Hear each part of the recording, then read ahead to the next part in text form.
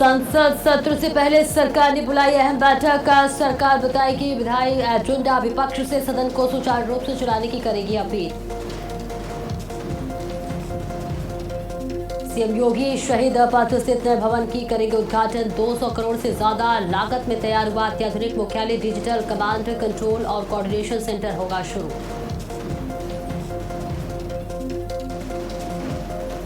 UP में आज से बीजेपी का बूथ सम्मेलन शुरू। प्रदेश अध्यक्ष पंकज चौधरी के नेतृत्व में अभियान की शुरुआत। 2027 विधानसभा चुनाव की तैयारियों में जुटी बीजेपी।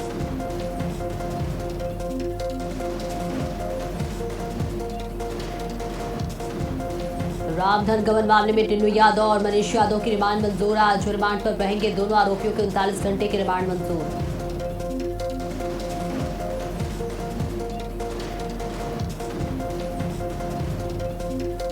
खराब मौसम के चलते आज से रोकी गई अमरनाथ यात्रा। तीर्थ यात्रियों की सुरक्षा के लिए तैयार लिया गया फैसला। मौसम साफ होने पर फिर शुरू हो जाएगी यात्रा।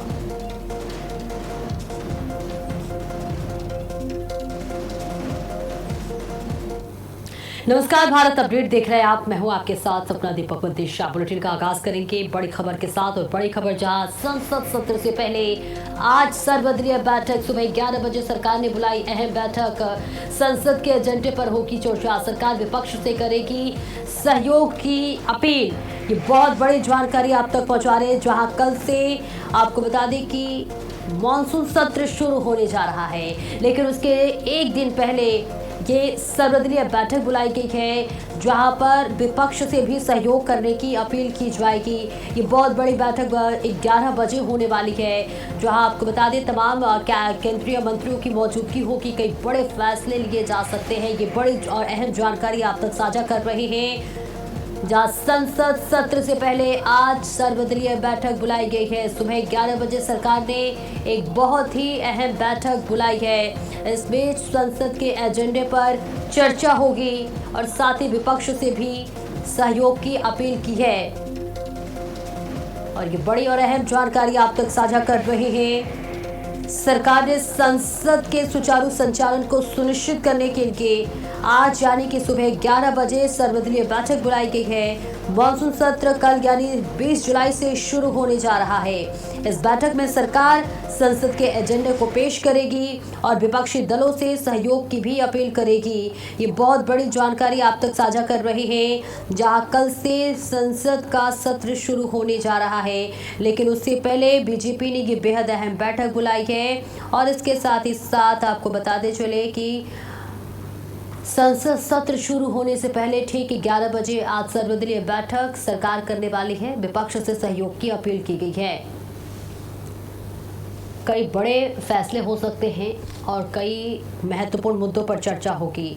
जहां संसद का मॉनसून सत्र शुरू होने से ठीक एक दिन पहले सुबह 11 बजे सरकार द्वारा सर्वदलीय बैठक बुलाई गई है। संसदीय कार्य मंत्री किरण रिजिजू ने इस बैठक में विभिन्न राजनीतिक दलों के नेताओं की संसद और सुचारू संचालन और महत्वपूर्ण विधाओं के लिए सहयोग के लिए अपील की। और ये बैठक हर सत्र से पहले की जाने वाली एक सामान्य प्रक्रिया होती है। सरकार का मुख्य जोर सत्र में एजेंडे को पूरा करने पर था। इसके साथ ही जबकि विपक्ष ने महंगाई, पेपर लीक और अन्य मजबूत बलों पर सरकार को घेरने की रणनीति बनाई है। और अब देखना होगा कि संसद सत्र किस तरह से होने वाला है, क्या हंगामेदार होने वाला है।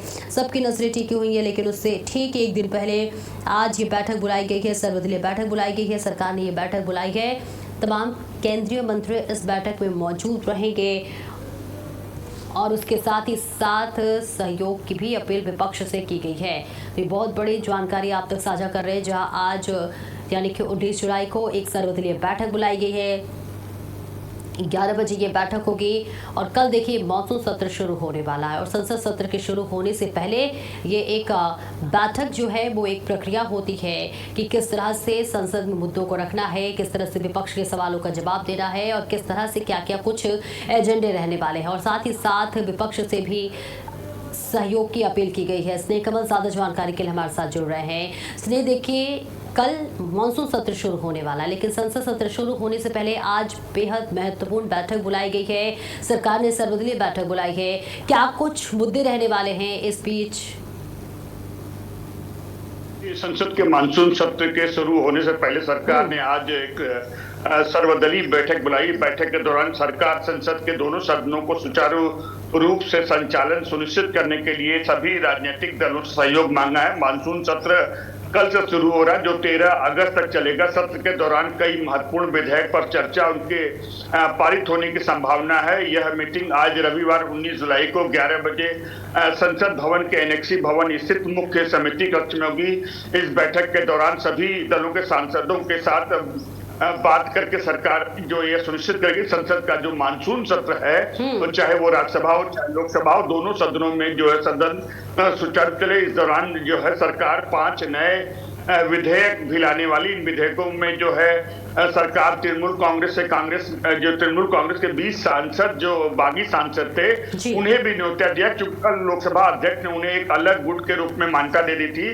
संसदीय कार्य मंत्री किरेन रिजिजू ने पत्र जारी करके बताया कि लोकसभा और राज्यसभा में सभी राजनीतिक दलों के फ्लोर लीडर्स की मीटिंग में आज जो बैठक होगी उसमें कल से जो आगामी मानसून सत्र है उससे जुड़े अहम मुद्दों पर जो है और विधायी कामकाज पर बातचीत होगी। इसके साथ साथ उन्होंने यह अपील की है संसद के दोनों सदनों की कार्यवाही जो है सुचारू रूप से लाने के लिए विपक्ष सहयोग कर इसके लिए जो कई समिति मुद्दों पर जो राजनीतिक चर्चा हो सकती है। ये माना जा रहा है जंतर मंतर पर जिस तरह से कल सोनम वांगचुक को जबरन पुलिस उठाकर अस्पताल ले गई है, यह मुद्दा आज सदन बैठक में उठ सकता है। इसके अलावा अयोध्या में राम मंदिर में जो चढ़ावा चोरी का मामला है वो भी विपक्ष उठाएगा। इसके साथ ही साथ समाजवादी पहले ही कह चुके संसद में सरकार को घेरने का प्लान बना चुकी। सरकार को पत्र लिखकर भी ये उन्हें बताया था कि मानसून सत्र के दौरान जो है 5 नए बिल पर चर्चा होगी। इसमें जन्म मृत्यु पंजीकरण के नियमों में बदलाव, आयकर कानून में संशोधन, सुप्रीम कोर्ट में जजों की संख्या 34 से बढ़ाकर 38 करने का प्रस्ताव,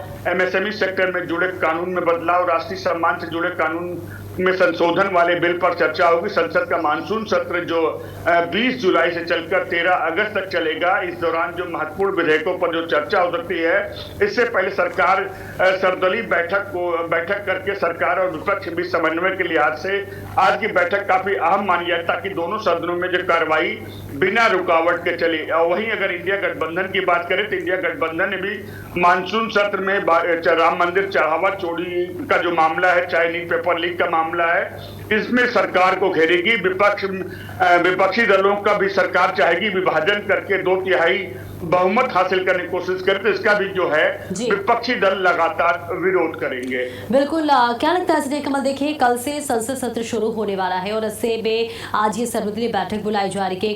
कौन से विधेयक कल संसद में रखने वाली है सरकार? जी, मैंने 5 विधेयकों का अभी जिक्र किया था। सरकार अभी जो है 5 विधेयकों की जो सूची जारी कर चुकी है। अभी तो कल सदन कार्रवाई शुरू होगी और जिस तरह के आसार है उसको देखते हुए हम नहीं कह सकते कि सदन कार्रवाई कल सुचारू रूप से चल पाएगी। क्या लगता है इस बार विपक्ष किस तरह से मुद्दों को रखेगी? क्या इस बार भी जो सत्र है वो हंगामेदार होने वाला है? जी बिल्कुल, जिस तरह से मैंने कहा, चाहे नीट यूजी पेपर का मामला, लीक वाला मामला रहा हो, चाहे राम मंदिर चढ़ावा चोरी का मामला हो, अभी ताजा मामला जिस तरह से सामाजिक कार्यकर्ता सोनम वांगचुक को जंतर मंतर सरकार ने जबरन उठाया है, ये तमाम मुद्दे होंगे जिनको लेकर विपक्ष सरकार पर लगातार हमले करेगी और दोनों तरफ तलवारें खींची होंगी। और जिस तरह के जो पिछले कई कार्रवाइयों के जो इतिहास रहा है उसे देखते हुए हम स्पष्ट रूप से कह सकते हैं कि संसद सत्र के जो पहले 2-3 दिन होंगे वो काफी हंगामा खेज होंगे और सुचारू संचालन होने की कोई संभावना शायद न बन पाए। बिल्कुल, देखिए विपक्ष से भी सहयोग की अपील की गई है। किस तरह का सहयोग विपक्ष से सरकार चाह रही है?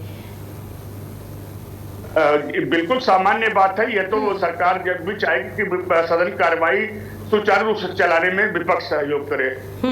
इस बार मानसून सत्र किन किन मुद्दों में सबसे ज्यादा टकराव की संभावना है? हालांकि आपने तमाम मुद्दों का जिक्र किया, लेकिन अगर 1-2 मुद्दे की बात करें तो कौन सा ऐसा मुद्दा रहने वाले जो जिस पर सबसे ज्यादा हंगामेदार सत्र होने वाला है? जिन मुद्दों का मैंने जिक्र किया था उससे मैं दोबारा बता देता हूं। सबसे ज्यादा जो हंगामा होगा वो राम मंदिर चढ़ावा चोरी का मुद्दा होगा, नीट यूजी पेपर लीक का मामला होगा और सोनम वांगचुक को जो है जबरन जो है जंतर मंतर उठाए जाने के ये जो मामले हैं इसको लेकर जो है विपक्ष से लगातार सरकार को घेरेगी। बिल्कुल, देखिए 11 बजे ये बैठक होने वाली है, आप नजर बनाए रखें, आपसे अपडेट लेते रहेंगे। बहुत बहुत शुक्रिया आपका इस महत्वपूर्ण जानकारी के लिए। देखिए, आज सर्वदलीय बैठक बुलाई गई है और ऐसे में सहयोग की अपील की गई है विपक्ष से। साथ ही कल संसद सत्र शुरू होने वाला है। देखना होगा कि क्या कुछ मुद्दे रहने वाले हैं और क्या हंगामेदार रहने वाला है इस बार भी सत्र। और चलिए आगे बढ़ते हैं और अगली बड़ी खबर की रुख कर लेते हैं। अमित शाह के बंगाल दौरे का आज तीसरा दिन है। सीमावर्ती जिलों के डीएम-एसपी संघ बैठक करेंगे। बीजेपी सांसद विधायकों के साथ अहम बैठक करेंगे। शासन संगठन पर देंगे अहम संदेश। ये बहुत बड़ी जानकारी आप तक साझा कर रहे हैं, जहां आपको बता दें अमित शाह के बंगाल दौरे का आज तीसरा दिन है। अमित शाह बंगाल के दौरे पर है, जहां आज उनके दौरे का तीसरा दिन है। सीमावर्ती जिलों के डीएम से बातचीत करेंगे, एसपी से बातचीत करेंगे। बीजेपी सांसद विधायकों के साथ भी अहम बैठक करेंगे। गृह मंत्री शासन संगठन पर अहम संदेश देंगे और सभी की नजरें टिकी हुई है इस पूरे संदेश पर, जहां पश्चिम बंगाल में अमित शाह पहुंचे हुए हैं और आज उनके दौरे का तीसरा दिन है। सीमावर्ती जिलों के डीएम-एसपी संघ बैठक करेंगे गृह मंत्री। और शिंदे गुट के 6 सांसदों को मान्यता मिली है। जी हां, उद्धव ठाकरे गुट को बड़ा झटका लगा है। ये बहुत बड़ी जानकारी, जहां लोकसभा अध्यक्ष ने दल बदल को दी मान्यता। शिवसेना के सियासी समीकरण से में बड़ा बदलाव देखने को मिला है। और देखिए, लगातार इस पर आवाज भी उठाया जा रहा था उद्धव गुट की तरफ से, लेकिन यहाँ उद्धव गुट को बहुत बड़ा झटका मिला है, जहां लोकसभा अध्यक्ष ने दल बदल को दिया है। शिवसेना और इसके साथ ही शिंदे गुट में देखिए किस तरह से अब फिर से तकरार देखने को मिलेगा, जहां शिंदे गुट के 6 सांसदों को मान्यता मिली है। उद्धव ठाकरे गुट को बड़ा झटका लगा है। ये बड़ी जानकारी, जहां लोकसभा अध्यक्ष ने दल बदल को दी मान्यता। शिवसेना के सियासी समीकरण में बड़ा बदलाव देखने को मिला है, तो उद्धव ठाकरे के लिए ये बहुत बड़ा झटका माना जा रहा है। लोकसभा अध्यक्ष ओम बिरला ने उद्धव ठाकरे के नेतृत्व वाली शिवसेना यूबीटी के 6 बागी सांसदों के एकनाथ शिंदे में गुट में विलय को आधिकारिक मान्यता दे दी है और इस फैसले ने उद्धव ठाकरे को बड़ा झटका दिया है और संसद के निचले सदन में उनकी पार्टी के सांसदों की संख्या घटकर सिर्फ और सिर्फ 3 रह गई है। ये बहुत बड़ा झटका बताया जा रहा है, जहां लोकसभा सचिवालय द्वारा जारी आधिकारिक संचार के अनुसार स्पीकर ने दल बदल विरोधी कानून और अन्य संवैधानिक प्रक्रियाओं के तहत इस विलय को मंजूरी दी है। शिंदे का कट बढ़ता हुआ नजर आ रहा है। 6 सांसद जो बागी विधायक थे, मां की जगह बागी सांसद थे, जिन्हें अब विलय के लिए पहुंचे हुए थे शिंदे गुट में, जिसके बाद अब स्पीकर ओम बिरला ने ये बड़ा फैसला सुनाया है। उन्हें आधिकारिक तौर पर मान्यता दे दी है विलय में होने की, जिसके बाद बताया जा रहा है कि शिंदे गुट को ये बहुत बड़ा झटका लगा है और अब शिंदे गुट को ये झटके के बाद बताया जा रहा है कि अब सांसदों की संख्या महज 3 ही रह गई है। लोकसभा सचिवालय द्वारा जारी आधिकारिक संचार के अनुसार स्पीकर ने दल बदल विरोधी कानून और अन्य संवैधानिक प्रक्रिया के तहत इस विलय को मंजूरी दे दी है।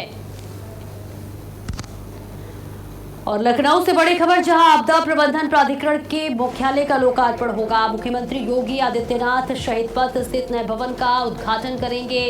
200 करोड़ से ज्यादा लागत में तैयार हुआ है अत्याधुनिक मुख्यालय। 24 घंटे 7 दिन राज्य आपातकालीन संचालन केंद्र शुरुआत होगी।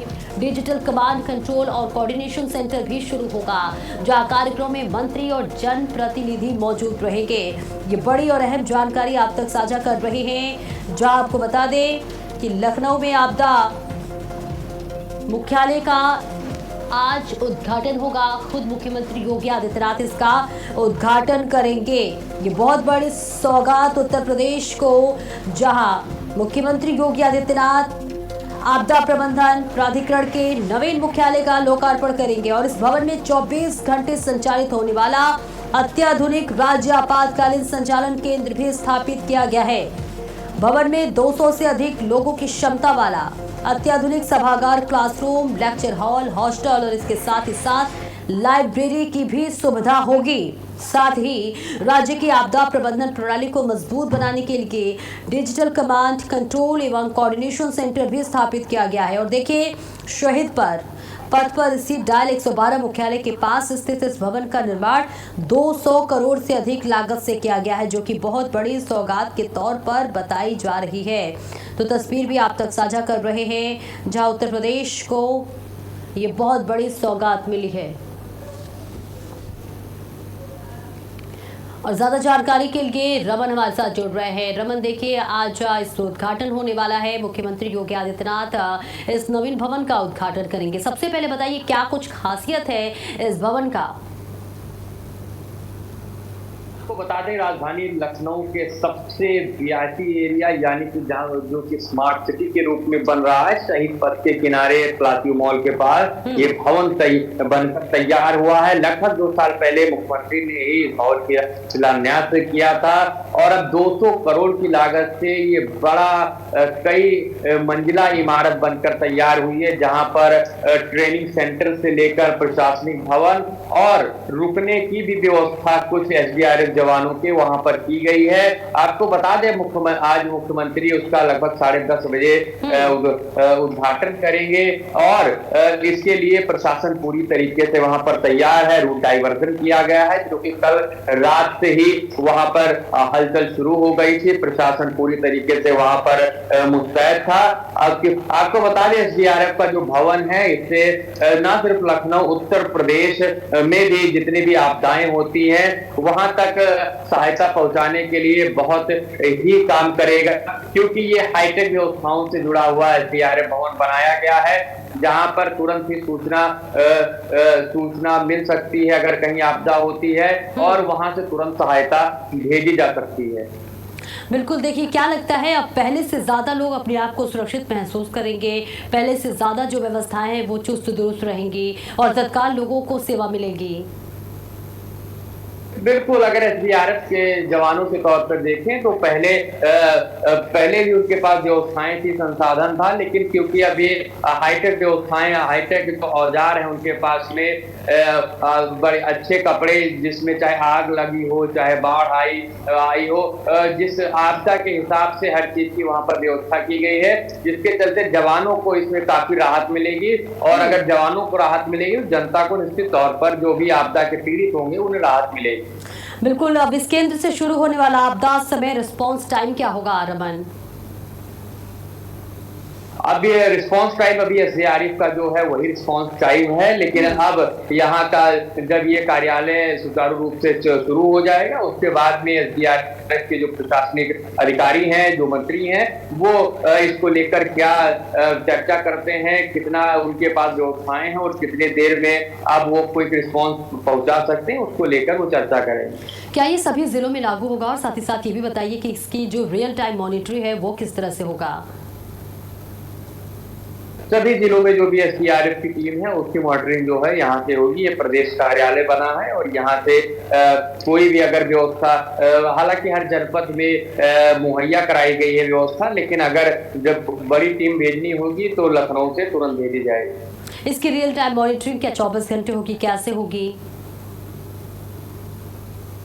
इसकी रियल मॉनिटरिंग हमेशा होगी, क्योंकि जिस तरीके से मॉनिटरिंग कक्ष बनाया गया है वो 24/7 इसकी मॉनिटरिंग चलती रहेगी। बिल्कुल, बहुत बहुत शुक्रिया आपका इस महत्वपूर्ण जानकारी के लिए। आप हमारे साथ बने रहे। और चलिए आगे बढ़ते हैं और आगे बड़ी खबर को रुख कर लेते हैं। राम मंदिर ट्रस्ट सीईओ पद के लिए 2300 आवेदन मिले हैं। जी हाँ, सीईओ की कुर्सी के लिए आपको बता दें कि मैदान में 2300 दावेदार इस वक्त दिखाई दे रहे हैं। 3 सदस्यीय समिति करेगी सीईओ के नामों की छटनी, जहां नए सीईओ के सामने ट्रस्ट की साख बहाल करने की बड़ी चुनौती होगी। ये बहुत बड़ी जानकारी आप तक साझा कर रहे हैं, जहां आपको बता दें कि राम मंदिर में सीईओ के लिए 2300 आवेदन प्राप्त हुए हैं। ट्रस्ट के लिए ये पद जो है वो 2300 दावेदार बताए जा रहे हैं और इसमें से अब छटनी होगी और देखना होगा कि वो कौन सा नाम है जो सीईओ के लिए जिम्मेदार है। तो देखिए कि बहुत बड़ी जानकारी आप तक साझा कर रहे हैं, जहां 3 सदस्यीय समिति करेगी सीईओ के नामों की छटनी। 2300 आवेदन मिले हैं और अब इनकी जांच शुरू हो चुकी है। तो तो श्री राम जन्मभूमि तीर्थ क्षेत्र ट्रस्ट ने मुख्य कार्यकारी अधिकारी की नियुक्ति प्रक्रिया को गति दे दी है। आवेदन की अंतिम तिथि 18 जुलाई तय की गई थी और अब तक करीब 2300 आवेदन प्राप्त हो चुके हैं।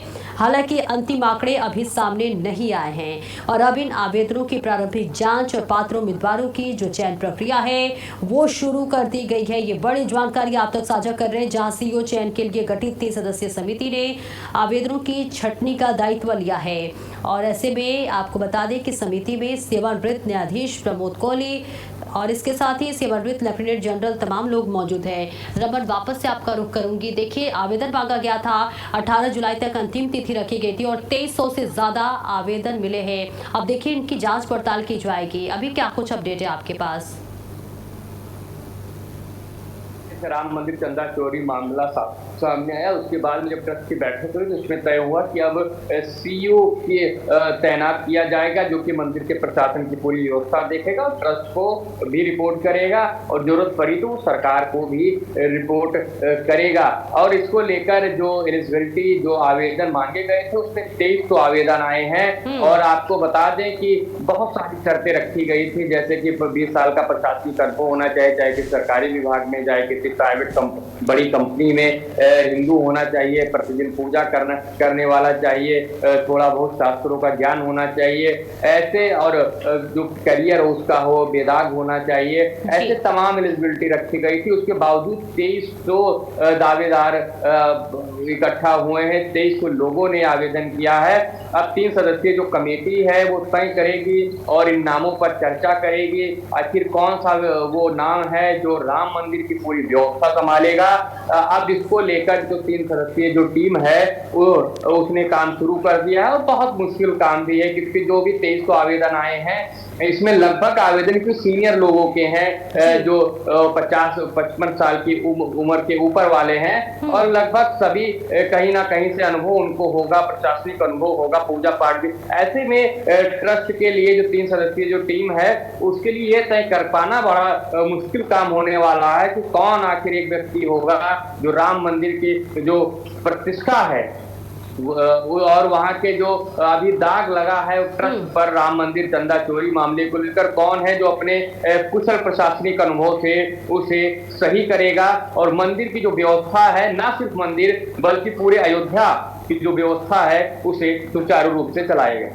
बिल्कुल, बहुत बहुत शुक्रिया रमन, आप इसका महत्वपूर्ण जानकारी के लिए। और सबकी नजरें टिकी हुई है कि आखिरकार वो शख्स कौन होगा जो सीईओ की जिम्मेदारी निभाएगा। और चलिए आगे बढ़ते हैं और कानपुर से बड़ी खबर आपको बता दें, एसटीएफ का छापा पड़ा है। 171 कछुओं के 7 तस्कर गिरफ्तार किया गया। हरबंश मोहाल से वन्यजीव तस्कर दबोचा गया है। ये बड़ी और अहम जानकारी आप तक साझा कर रहे हैं। कछुआ तस्करी के अंतर्राष्ट्रीय नेटवर्क का बड़ा खुलासा हुआ है। फर्रुखाबाद से कछुए जुटाकर बंगाल भेजता था आरोपी। चीन बांग्लादेश रूट से जुड़े गिरोह पर एसटीएफ का ये बड़ा शिकंजा कसा गया है। वन्य जीव संरक्षण अधिनियम में केस दर्ज किया गया है। बहुत बड़ा खुलासा हुआ है, बहुत बड़ी जानकारी आप तक साझा कर रहे हैं। चीन बांग्लादेश रूट से जुड़े गिरोह पर एसटीएफ का ये बड़ा शिकंजा। वन्य जीव संरक्षण अधिनियम के तहत केस दर्ज कर लिया गया और इस पूरे मामले में अब जांच पड़ताल की जाएगी। और देखिए तस्वीरें आपके सामने आ गई है। 171 ये कछुए हैं जिसको तस्करी के लिए ले जाया जा रहा था। हरबंश मोडाल, देखिए कछुआ तस्करी के अंतर्राष्ट्रीय जो नेटवर्क है उसका खुलासा हुआ है। फर्रुखाबाद से कछुए जुटाकर बंगाल भेजता था आरोपी। और अब देखिए इस पूरे मामले में जांच पड़ताल की जा रही है और आगे की कार्रवाई की जाएगी। तो 171 कछुओं के 7 तस्कर को गिरफ्तार किया गया और अभी से पूछताछ की जाएगी कि इस कृत्य को वो कब से अंजाम दे रहा था और इसके गिरोह कहाँ है, इस गिरोह में और कौन कौन शामिल है। तमाम ऐसे सवाल हैं जिसके जवाब अब आने बाकी हैं। इस आरोपी से पूछताछ की जाएगी कड़ाई से। लेकिन इस बीच ये बड़ी जानकारी आप तक साझा कर रहे 171 कछुए के 7 एक आरोपी को गिरफ्तार किया गया है। बताया जा रहा है कि कछुए का ये तस्कर था और ऐसे में बंगाल भेजता था इन सभी कछुओं को और अब इसे दबोच लिया गया है और अब इसके ऊपर कार्रवाई की जाएगी। बताया जा रहा है चीन बांग्लादेश रूट से जुड़े गिरोह पर भी एसटीएफ का यह शिकंजा कसा गया है। वन्य जीव संरक्षण अधिनियम के तहत अब इस आरोपी पर केस दर्ज कर लिया गया है। तो तस्वीर आप तक साझा कर रहे हैं। 171 कछुए के साथ एक तस्कर को गिरफ्तार किया गया है।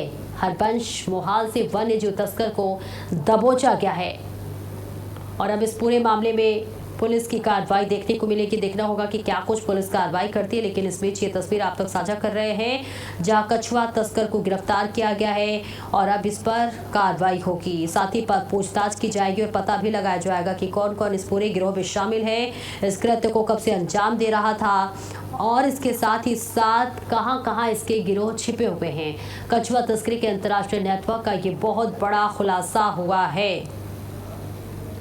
और इसी के साथ आपको बताते चले, ये तस्वीर भी आप तक साझा कर रहे हैं जहां 171 कछुए की तस्करी जो है वो इस वक्त की जा रही थी और इसी के साथ इस आरोपी को दबोच लिया गया है। इसी के साथ इस बुलेटिन में इतना ही। खबरों का सिलसिला लगातार जारी है।